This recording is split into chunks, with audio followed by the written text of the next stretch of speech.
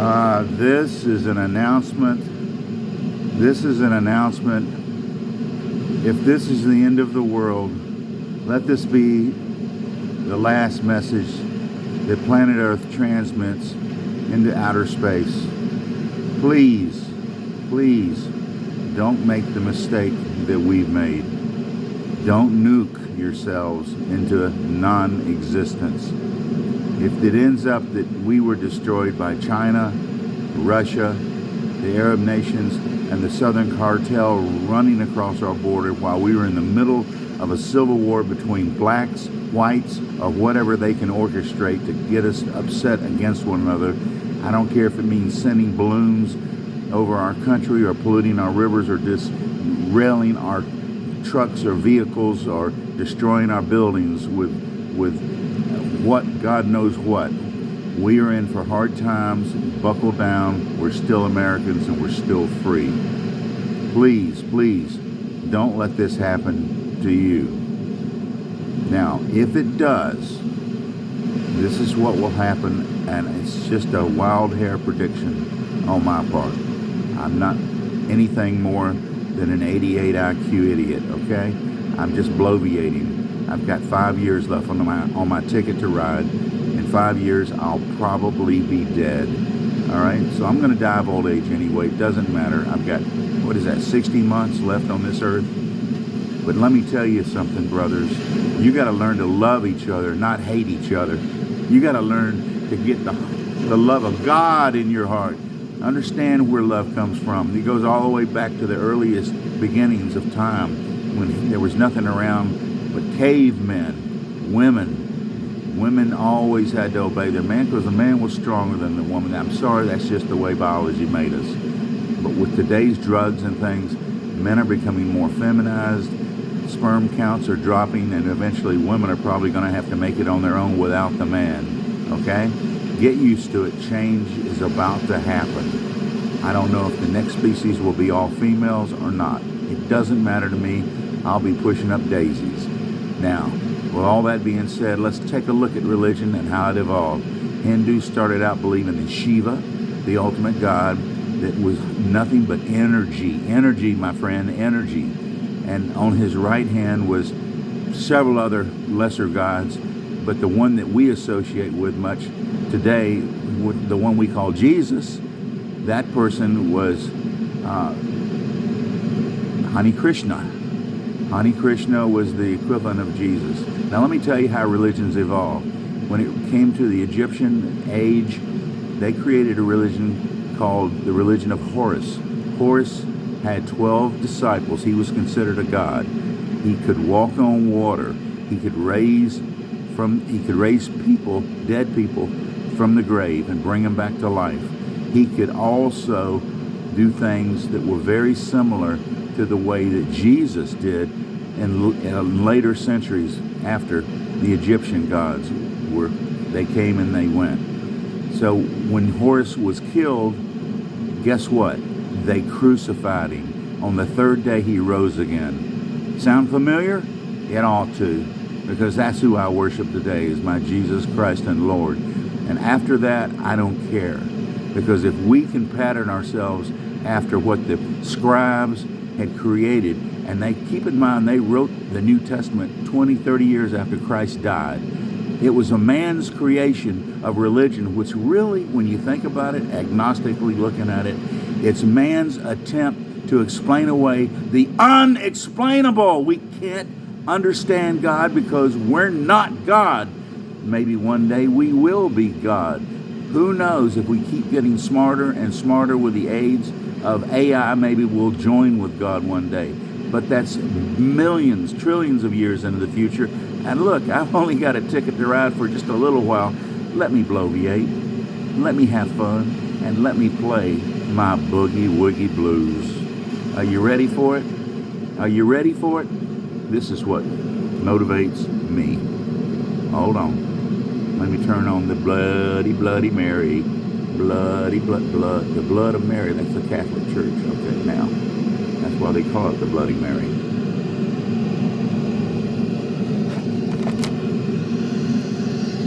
This is ocean music. You can pull it up on YouTube. YouTube, great to sleep by. I use this as a sleep aid. But I also like to entertain myself. When things go away, I've got my Bitcoin. How many Bitcoin do I have? It doesn't matter. It doesn't matter. This is the coin that's going to challenge the CBDC of the United States of America. Their equivalent of Bitcoin is the CBDC, which stands for Capital, Bank Digital Currency, CBDC. Bitcoin was around, about a decade or so back. I even remember when I was cutting grass that day and my kid came running out, Daddy, give me $20, give me $20. I said, son, get behind the mower and help me mow this grass. He says, no, Daddy, give me $20. I'll make you a millionaire. I said, son, you're crazy. Get out of here. And I ignored him. Years later, I found out that Bitcoin that day that he was after me was selling for about a penny a share. Today, it's at $30,000 a share. It's been as high as $75,000 a share. But so what? So what? If I had invested all my damn money, and I say I was a trillionaire right now, could I do anything with it? You can't take it with you, brother.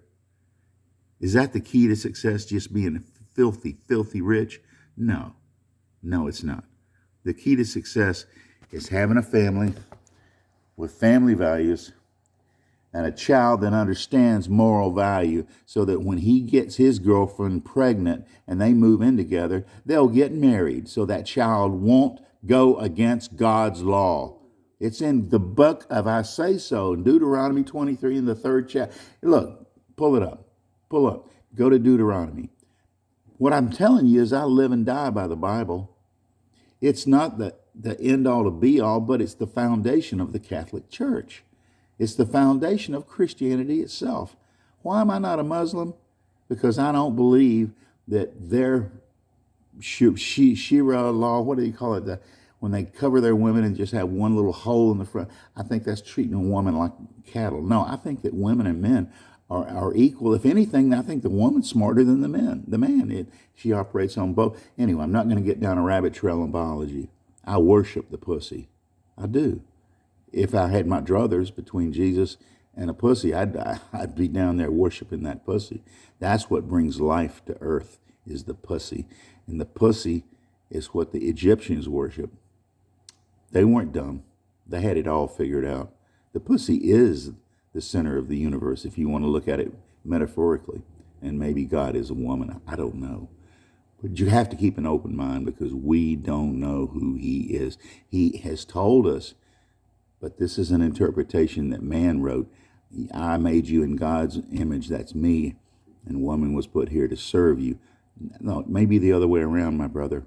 We don't know. The next religion may be completely different, and religions do evolve. Don't kid yourself. So PPP is a valuable tool that I recently picked up on, but it's also the same thing that's on ads with other channels. Price. That's the PPP. Bullshit. PPP can be anything you want it to be. It could be purpose, process, payoff, anything. I've got my own form of PPP. You want to know what it is? I've got 3 things that I live my life by. I'm an old man now. I am a grandfather. I have a grandchild. Just happened. But I'm old. I waited a long time till I started my family. But I'm doing it with the girl that I believe is the best thing that God could have sent me, and that's somebody with a lot of brains, a lot more brains than I've got. 200 IQ with full clairvoyance. Beautiful, and my angel. She's looked after me all my life. The key to success is to find yourself first. Know yourself, just like Socrates.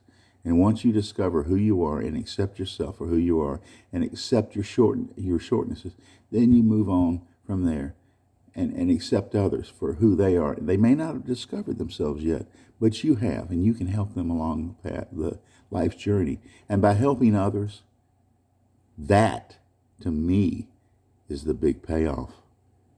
Just helping people will make you feel better about yourself. Don't sit in your basement of your mama and daddy's house playing video games. Get out there and do something. I don't care if it means having to learn a new language. Rust is the latest. They say it's the latest digital programming platform. Right now, it's controlled primarily by the trans community out of Silicon Valley. But hey, there's a place out there for us, every single person.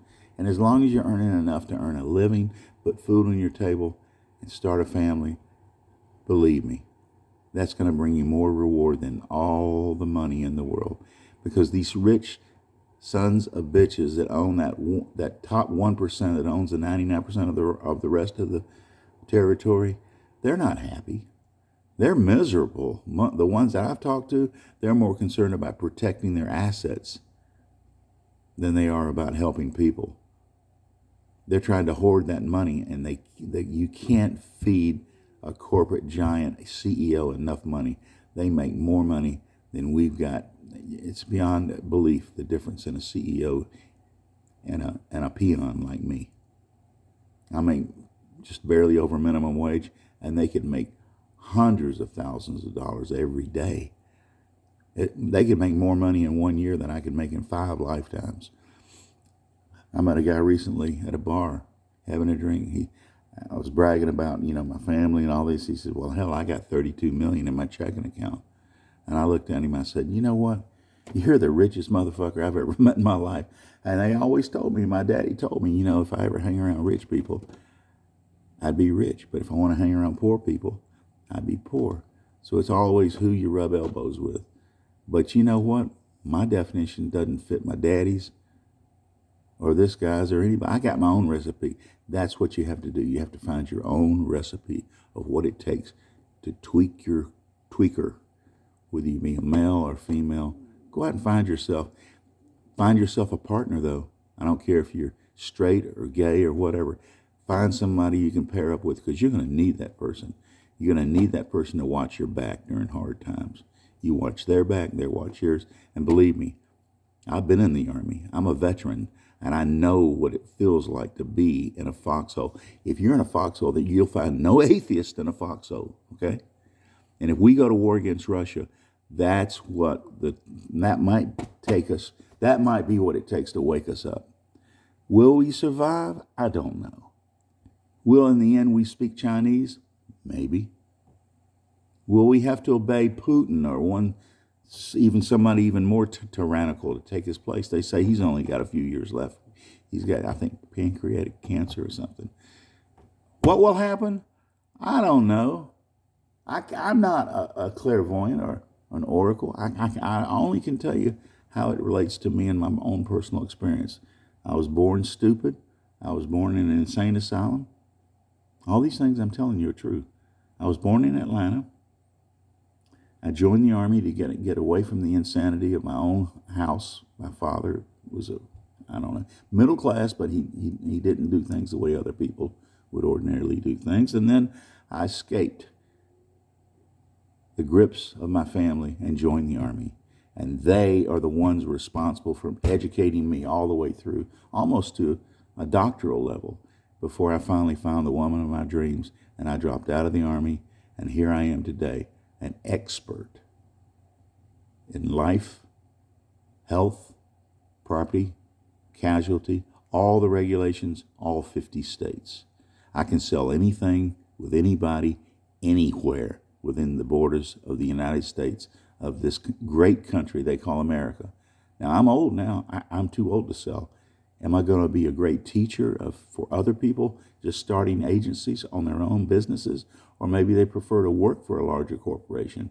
Maybe somebody like State Farm or Progressive or, Nationwide or one of the top. Hey, it's up to you. Do you need structure, or can you get out there and do it yourself?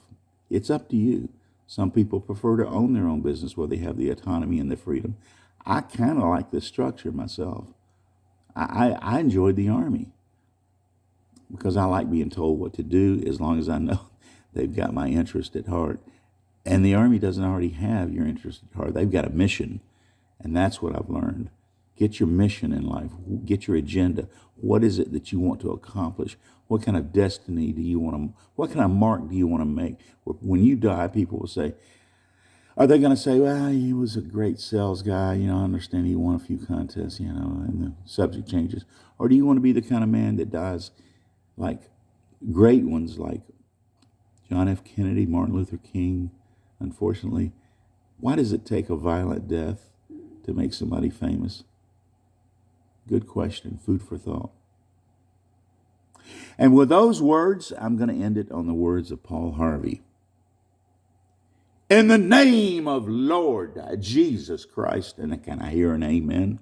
I bid ye all a good day.